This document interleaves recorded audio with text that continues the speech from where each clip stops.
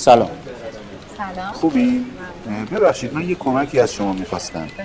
خانم من خیلی اصرار داره که بوتاکس تزریق کنه و منم واقعیتش خیلی نگرانم. ممکنه که شما یه کرمی سرومی چیزی داشته باشید که بتونه همون کارو براش بکنه و بی خیال این تزریق کردن بشه؟ بله حتما. واقعا؟ بله. ممنون میشم. اتفاقا چون طرفدار زیادی هم داره همیشه دم دستمون داره. این یک کلمه کاملا گیاهیه که وزارت بهداشت هم تاییدش کرده.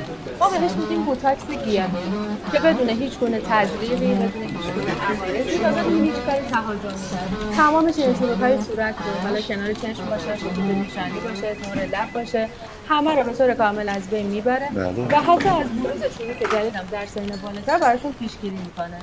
خاصیت آبرسانی هم داره که باعث شفافیت و درخشندگی پوستشون میشه. خب چقدر عالی که همچین محصولی دارید. چقدر باید استفاده کنه؟ همش باید استفاده کنه، تکرارش بکنه؟ نه مثل بوتاکس نیست که دائم نیاز ترمیم داشته باشه یا هیچین و چروکا برگرده. این برای یه دوره 3 ماهشون کافیه. دوره درمانشون رو کامل کنن، چین و چروکا به طور کامل از بین میره و همونطور که گفتم از بروز چروک جدیدم پیشگیری میکنه.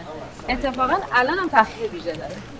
کرم ضد چروک سمین با خاصیت کلاژن سازی که داره تمامی چروک صورت شما رو ترمیم میکنه و به جوانسازی و شفافیت پوست شما کمک میکنه.